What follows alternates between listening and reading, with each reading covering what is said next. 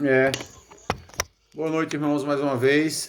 Hoje nós vamos continuar, né, com a palavra que nós iniciamos aí na semana passada, né, falando sobre o Espírito Santo, né, sobre a igreja primitiva, aqueles que eram movidos pelo vento, né? E nessa noite nós vamos ler o capítulo 2 de Atos. O capítulo 2 de Atos, ele é bem estendido, então eu vou ler uma primeira parte dele, que vai do versículo 1 até o versículo 13, e nós vamos meditar um pouco nessa parte. Se der tempo, a gente prolonga um pouco mais, senão a gente deixa para um próximo sábado fazer o restante do capítulo 2. O importante é que a gente venha entender realmente o que a palavra de Deus quer falar conosco a respeito deste capítulo, né? E deste livro. Porque o livro de Atos é um dos livros, como eu já disse no passado, mais ricos que existem em doutrina bíblica para a igreja. Porque a igreja iniciou exatamente neste livro.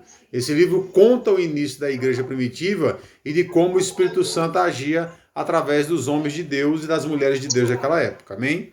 Então vamos ler aqui no livro de Atos dos Apóstolos, no capítulo 2, a partir do verso 1, que a palavra de Deus nos diz assim: aproximando-se o dia de Pentecoste, estavam todos reunidos no mesmo lugar.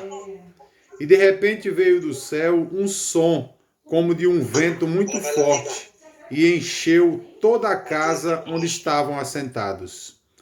E viram línguas repartidas como de fogo, as quais repousaram sobre cada um deles. Todos foram cheios do Espírito Santo e começaram a falar em outras línguas, conforme o Espírito lhes concedia que falassem. Em Jerusalém estavam habitando judeus, homens religiosos de todas as nações que estão debaixo do céu.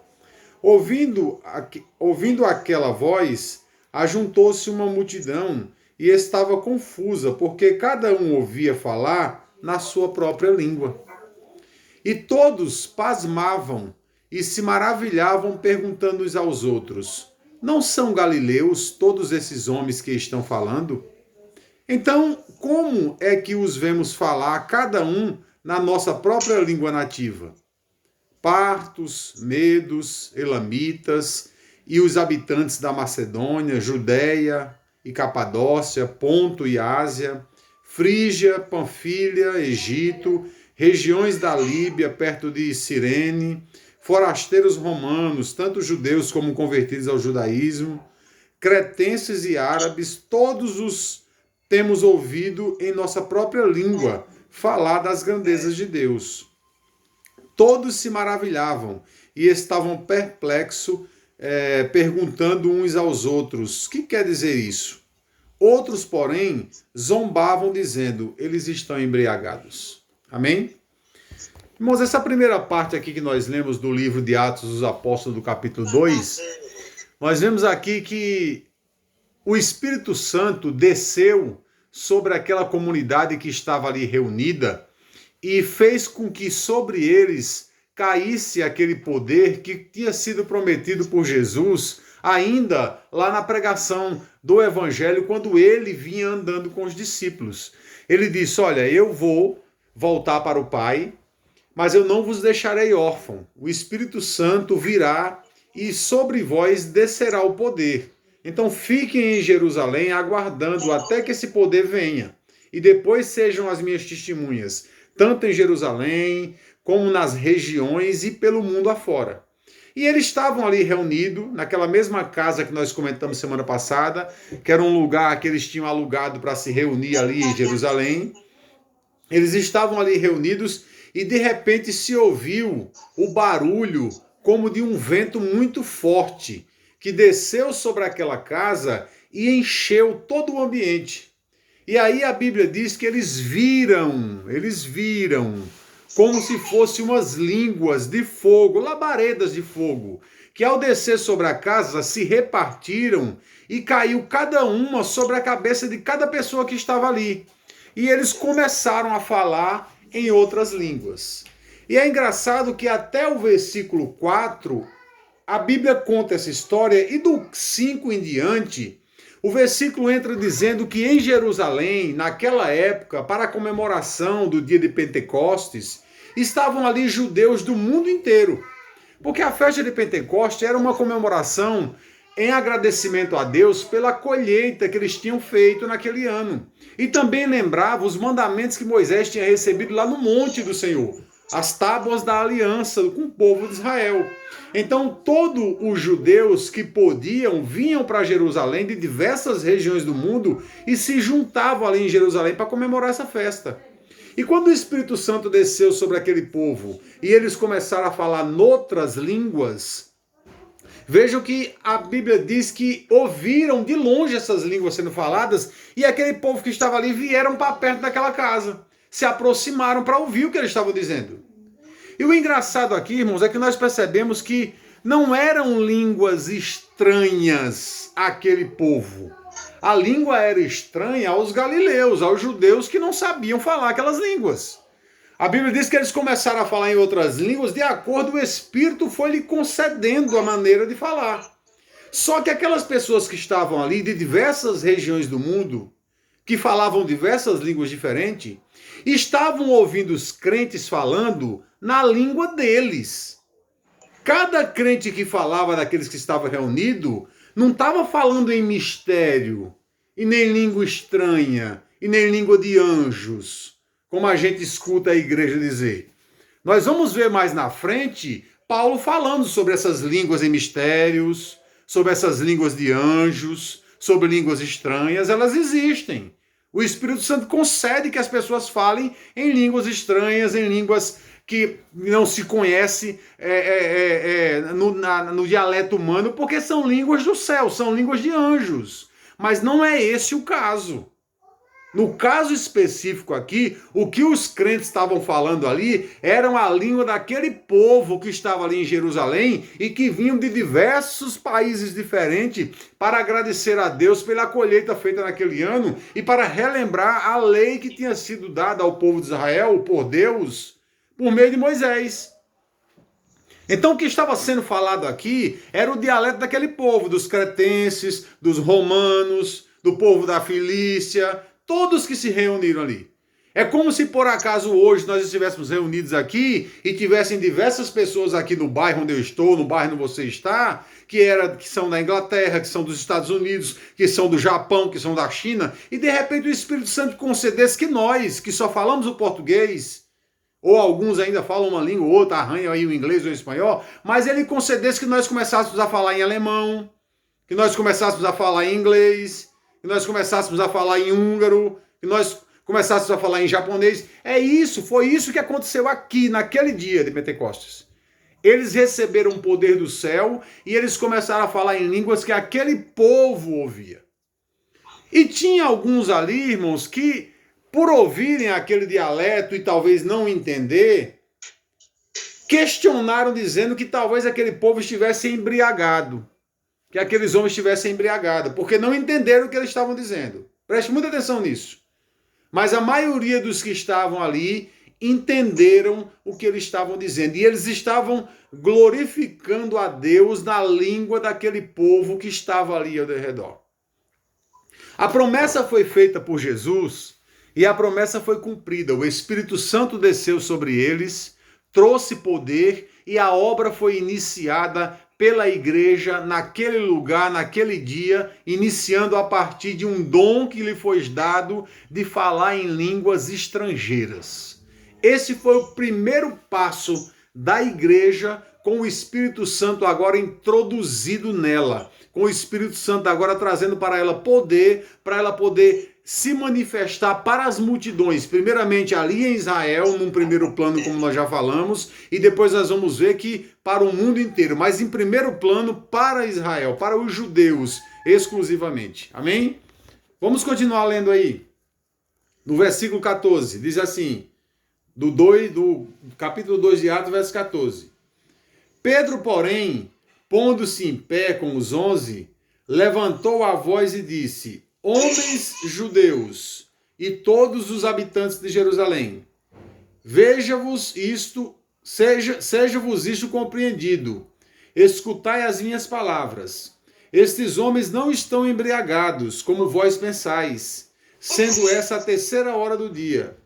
Isso, porém, é o que foi predito pelo profeta Joel, que nos últimos dias Deus disse que do meu espírito derramarei sobre toda a carne, e os vossos filhos e as vossas filhas profetizarão, e os vossos jovens terão visões, e os vossos velhos sonharão.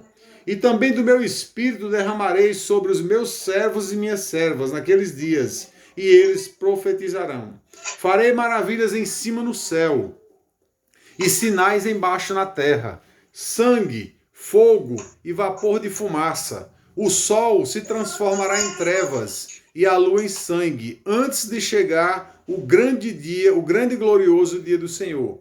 E todo aquele que invocar o nome do Senhor será salvo. Homens israelitas, escutem estas palavras. Jesus de Nazaré foi homem aprovado por Deus entre vocês, com maravilhas, prodígios e sinais que Deus, por ele, fez entre vós, como vós bem sabeis. Estes homens vos foi entregue determinado propósito conhecido anteriormente por Deus. Tomando vós, o crucificastes e matastes pela mão de ímpio. Deus, porém, o ressuscitou dos mortos, soltando do laço da morte, porque não podiam mantê-lo. E Davi, como era profeta, disse: sempre via diante de mim o Senhor, porque está à minha direita, e não será abalado. Por isso se alegrou o meu coração, e a minha língua exultou. Ainda a minha carne há de viver em esperança, porque não deixarás a minha alma na morte, nem permitirás que o teu santo veja a corrupção ou a decomposição. Fizeste-me conhecidos os caminhos da vida, com a tua face me encherás de alegria. Aí Pedro continua dizendo: irmãos, deixe-me dizer claramente que o patriarca Davi morreu e foi sepultado, e entre nós está a sua sepultura. Ele, porém, era profeta e sabia que Deus lhe havia prometido com juramento que da sua descendência levantaria o Cristo para se assentar sobre o seu trono. Prevendo isso, disse da ressurreição de Jesus e da sua alma, e que a sua alma não seria abalada, não seria mantida no túmulo, e nem a sua carne veria decomposição. Deus ressuscitou a esse Jesus, do que todos nós somos testemunha, de modo que, exaltado pela destra de Deus e tendo recebido do Pai a promessa do Espírito Santo, derramou isto que vocês veem agora. Pois Davi não subiu ao céu, mas ele próprio disse: o Senhor disse ao meu Senhor: assenta-te à minha direita, até que eu ponha os teus inimigos por estrado dos teus pés. Portanto, saiba com certeza todo Israel que a este Jesus, a quem vocês crucificaram, Deus fez Senhor e Cristo. Irmãos, Pedro se levanta junto com os 11, vai ali na frente e declara para aquele povo que o que está acontecendo ali é o cumprimento das promessas e das profecias que foram ditas pelos profetas passados. Ele diz para aqueles judeus que o que eles estão vendo ali agora tinha sido profetizado por Joel há muito tempo atrás, e que agora, com a descida do Espírito Santo, as coisas iam mudar. Como assim iam mudar? Agora não era mais só o profeta que ia profetizar, agora os jovens iam profetizar, agora as mulheres iam profetizar, os servos iam profetizar. Deus ia derramar o seu Espírito não só mais sobre o profeta em si, ou sobre o sacerdote, mas ele ia derramar o seu Espírito sobre toda a carne. Ele ia dar liberdade de expressão e de movimento a toda a carne.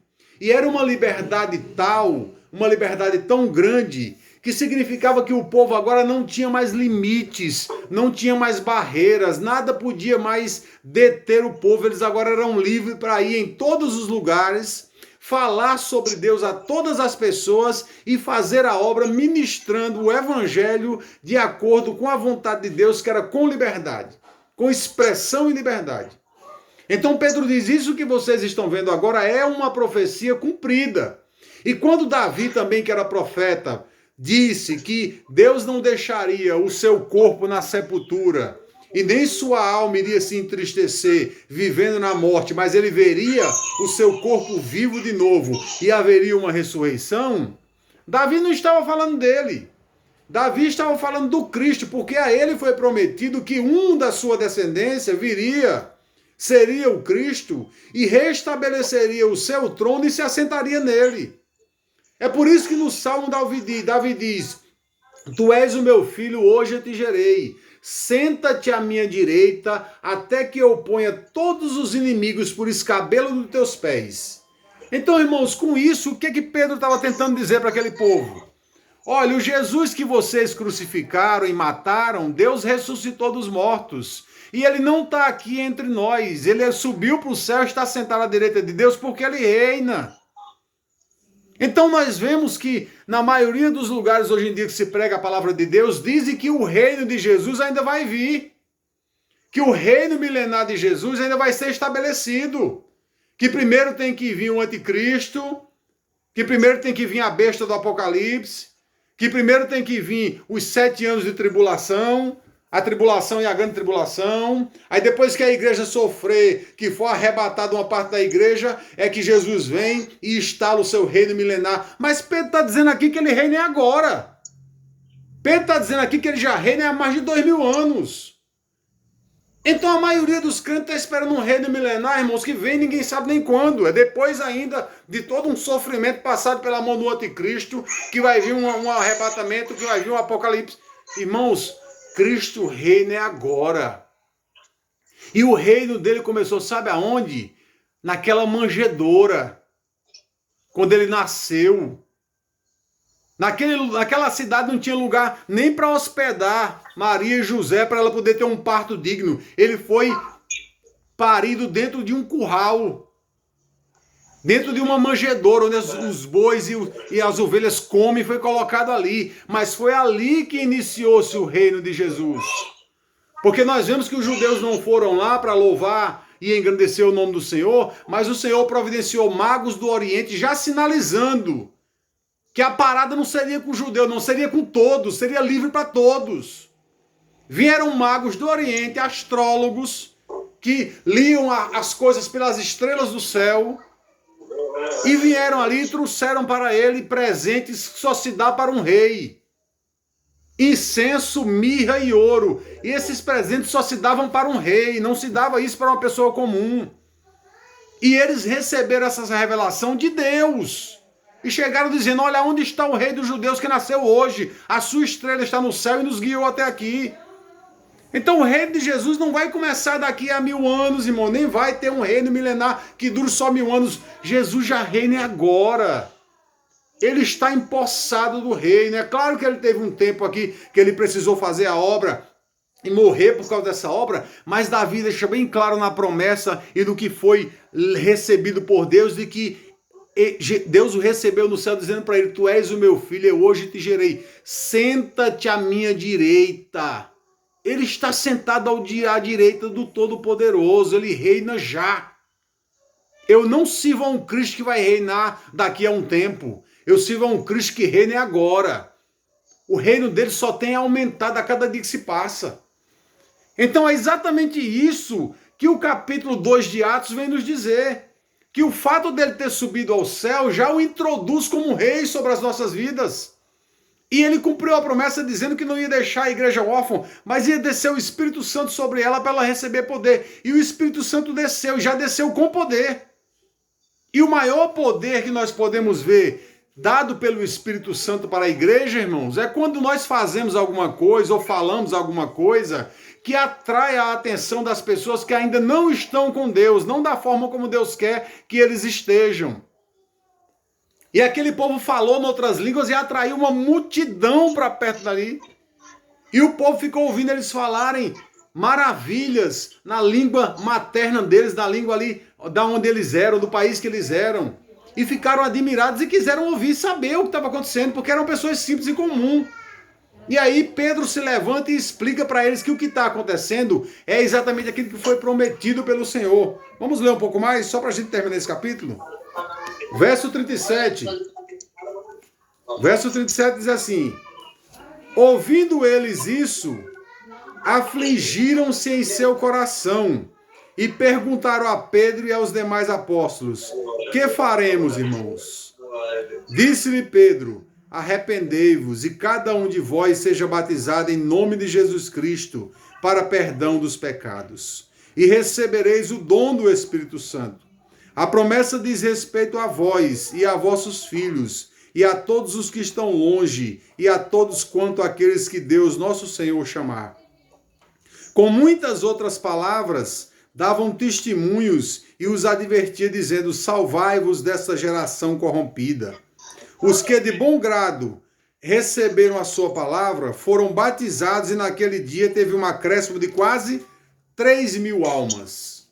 42. E perseveravam na doutrina dos apóstolos, na comunhão e no partir do pão e nas orações. Em cada alma havia amor, havia temor, e muitas maravilhas e sinais eram feitas pelos apóstolos. Todos os que criam estavam juntos e tinham tudo em comum, vendiam suas propriedades e bens e repartiam com todos, conforme a necessidade de cada um. Perseverando unânimes todos os dias no templo e partindo pão em casa, comiam juntos com alegria e sinceridade de coração, louvando a Deus e caindo na graça de todo o povo. E todos os dias acrescentava o Senhor à igreja aqueles que iam sendo salvos. Irmãos, depois do discurso de Pedro, eles caíram em si, perceberam que de fato as profecias que Pedro tinha citado estavam certas e que eles tinham realmente matado aquele que era o Rei da Glória. Mas que isso não tinha pego Deus de surpresa, nem Jesus de surpresa. Que isso foi um plano de Deus, como foi dito aqui há 2 semanas atrás. Jesus morrer foi um plano de Deus para a salvação de todo mundo. E não foi um plano que foi uma imposição. Jesus aceitou isso. Ele se doou para esse plano. E agora eles entendendo que mesmo sendo um plano de Deus, eles tiveram parte nisso porque ofereceram Jesus ao crucificação, entregaram Jesus na mão de ímpios. Eles chegaram para os apóstolos e disseram: o que fazemos, o que faremos nós agora? E Pedro disse: arrependam-se cada um de vocês e sejam batizados em nome de Jesus Cristo. E a Bíblia diz, irmãos, que naquele mesmo dia, preste atenção nisso, nós lemos aqui, eu li aqui, você leu daí. Se quiser repetir a leitura, repita. A Bíblia diz que naquele mesmo dia, 3.000 almas foram batizadas e foram juntadas à igreja que já existia de 120 pessoas. Agora eu te pergunto uma coisa, irmãos, como é que conseguiram, irmão Jaime, batizar 3.000 almas naquele dia, hein? Eu já vi batismo com 10, 12, 15 pessoas e já é cansativo para alguém fazer um batismo desse. Como é que batiza 3.000 pessoas no mesmo dia? É difícil. Né? E outra coisa, onde eles estavam, irmão? Eles estavam muito distante do Rio Jordão. Eles estavam no centro de Jerusalém. Eles não levaram aquele povo para o Jordão para mergulhá-los lá. Eles não levaram nem lá no tanque de Siloé. A Bíblia diz que foram batizados ali mesmo. 3.000 pessoas foram batizadas naquele dia. É outra coisa que contesta também a forma de batismo que é tão criticada, muitas vezes, por algumas igrejas.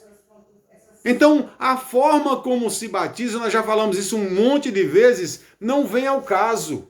Não importa se é por mergulho, não importa se é por aspersão, não importa se é por efusão, o que importa é que seja em nome de nosso Senhor Jesus Cristo. E que seja com água, e na fase adulta. É isso que importa, e foi o que aconteceu ali.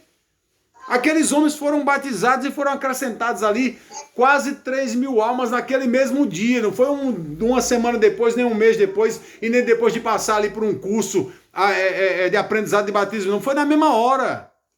Foi na mesma hora que eles realmente se converteram de coração, não tinha mais dúvida.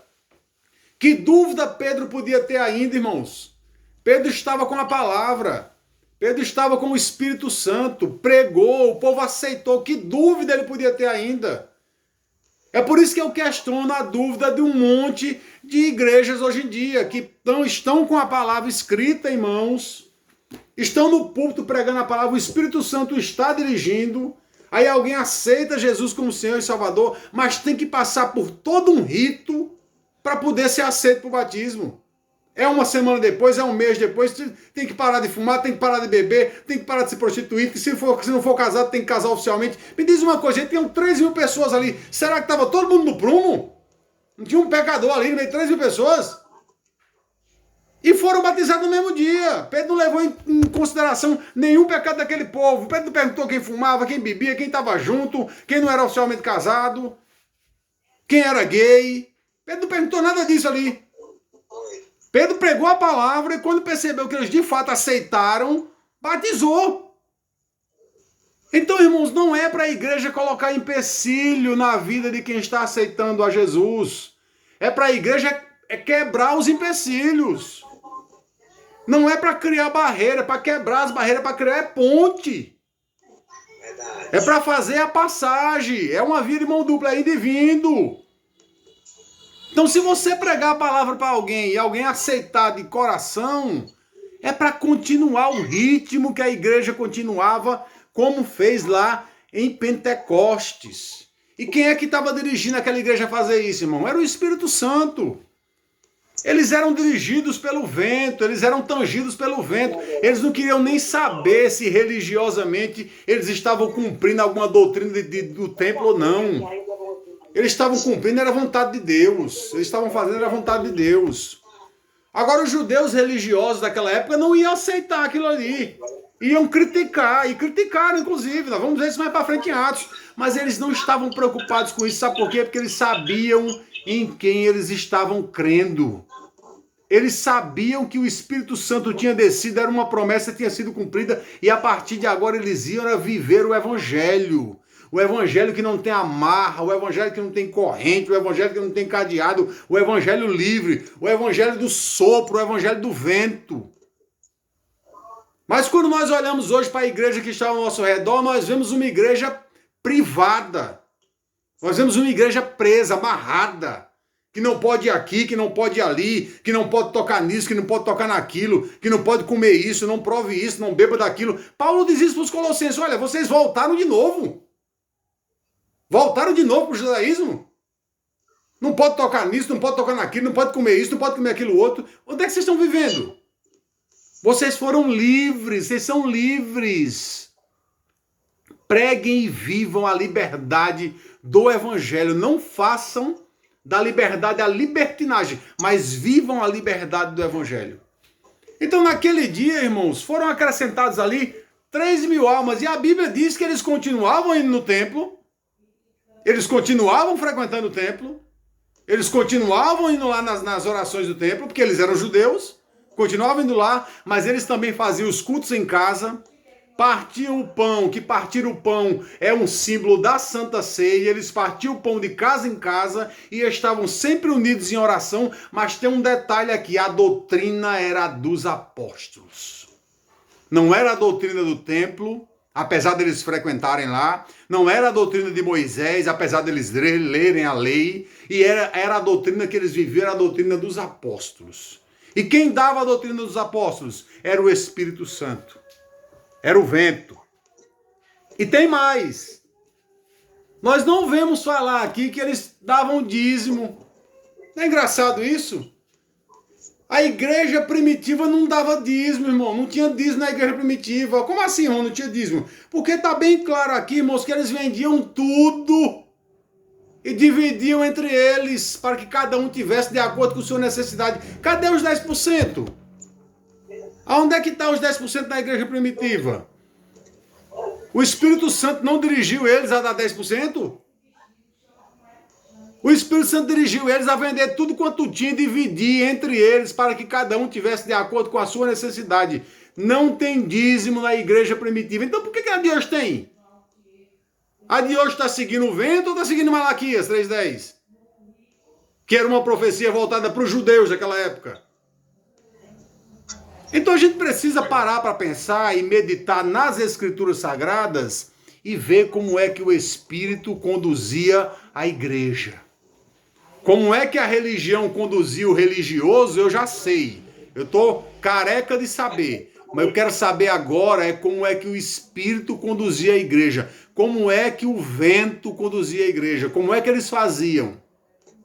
Porque, irmão, vou ser bem sincero com você. Eu não posso acreditar que a igreja de hoje esteja mais organizada e seja melhor do que a igreja primitiva, que tinha os passos de Cristo e estava com o Espírito Santo ali, a flor da pele, começando a obra. Não é possível que a Bíblia esteja errada e a religião esteja certa. Não é possível que toda essa panaceia religiosa que se aplica hoje em dia dentro da cristandade seja realmente a verdade e a Bíblia esteja mentindo. Eu prefiro acreditar nas Escrituras Sagradas, irmão. Eu prefiro acreditar na forma como o Espírito Santo conduzia a igreja primitiva. E como era? Era com liberdade. Não tinha prisão, tinha liberdade.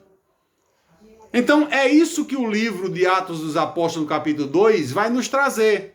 A forma como o Espírito Santo desceu, a forma como ele soprou na igreja, a forma como eles conquistaram ali aquelas pessoas que estavam em Jerusalém, a forma como aquelas pessoas se chegaram, mesmo sendo culpadas da morte de Cristo, e foram absorvidas, foram recebidas, sem medo, sem nenhuma vergonha.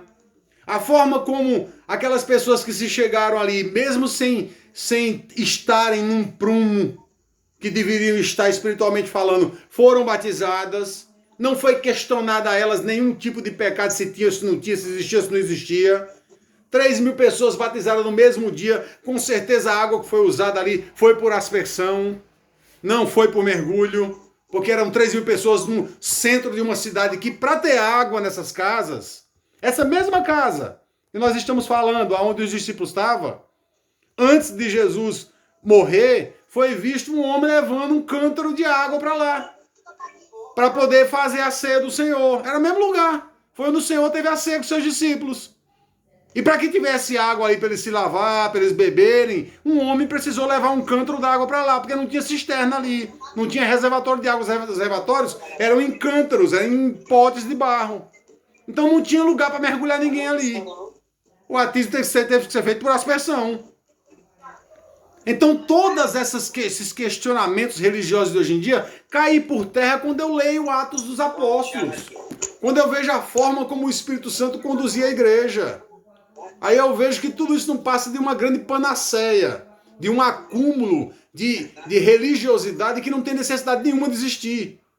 Nós só precisamos ficar com a espiritualidade que a Bíblia nos ensina. Então eles foram aceitos, foram batizados, e a Bíblia diz que a doutrina não era mais a do templo, a doutrina não era mais a dos 10 mandamentos, a doutrina não era mais a de Moisés, a doutrina seguida era a dos apóstolos, que tinham recebido o Espírito Santo. E qual foi a determinação que os apóstolos colocaram ali, tendo sua doutrina a ser seguida? A determinação que os apóstolos colocaram foi para que eles vendessem tudo quanto tinham, repartissem entre os irmãos para que todos estivessem iguais. Não era mais 10% como mandava a lei. Então era totalmente diferente. A coisa mudou. A coisa mudou. Com a graça a coisa mudou. E nós vemos que a primeira mudança feita, o primeiro grande sinal de que tinha se fechado um mandamento, de que tinha se fechado um testamento e tinha se aberto outro, foi quando o nosso Senhor deu o brado na cruz e gritou lá a palavra tetelestai, está cumprido. O véu do templo se rasgou de alto a baixo, indicando que não era só mais o sacerdote que tinha direito de entrar na presença de Deus. Qualquer um, por meio de Cristo, tinha o direito de entrar na presença de Deus. Esse foi o primeiro sinal. E daí por diante, todos os que vieram foi em cumprimento nas Escrituras Sagradas. Todos. Até aquele quando o soldado vai lá e fura o lado de Cristo, que sai sangue até sair água. Para provar que ele era a rocha que alimentava o povo no deserto. Que aquela rocha da qual Moisés bateu, feriu e saiu água e alimentou o povo no deserto, era uma tipificação, era um tipo de Cristo. Por isso que quando o soldado furou ele, saiu sangue até sair água, para mostrar que ele era a rocha. Aquela rocha do passado era só um tipo, ele era a rocha. Ele era o Cristo, ele que alimenta a vida, o Espírito. Por isso que ele diz que tem que nascer da água e tem que nascer do sangue, tem que nascer do Espírito. Então nós precisamos, irmãos, seguir aquilo que as Escrituras Sagradas, no Novo Testamento, no livro de Atos, diz para a igreja.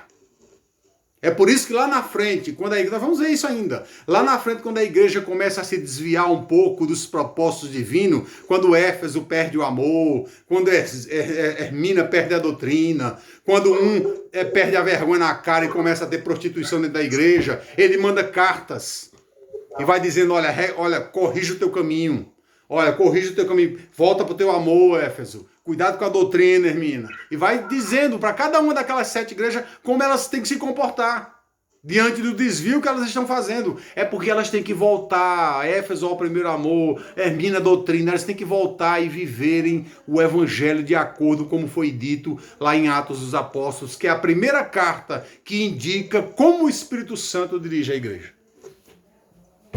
Então nós não somos dirigidos por homens e nem por mulheres. Nós recebemos, muitas vezes de homens e de mulheres, conselhos, aconselhamento, direções, porque estão ali ungidos por Deus para ministrar a palavra e nos trazem palavra. Nós temos que ouvir. E tem muitos abençoados e abençoadas que trazem uma palavra insta para as nossas vidas. Mas nós temos também que examinar, que ler, que buscar, para ver se está de acordo com a palavra de Deus. Se tiver de acordo, viva. Se não tiver, irmãos, não tem obrigação nenhuma de viver. Só tem a obrigação de viver aquilo que está de acordo com a palavra de Deus. Amém?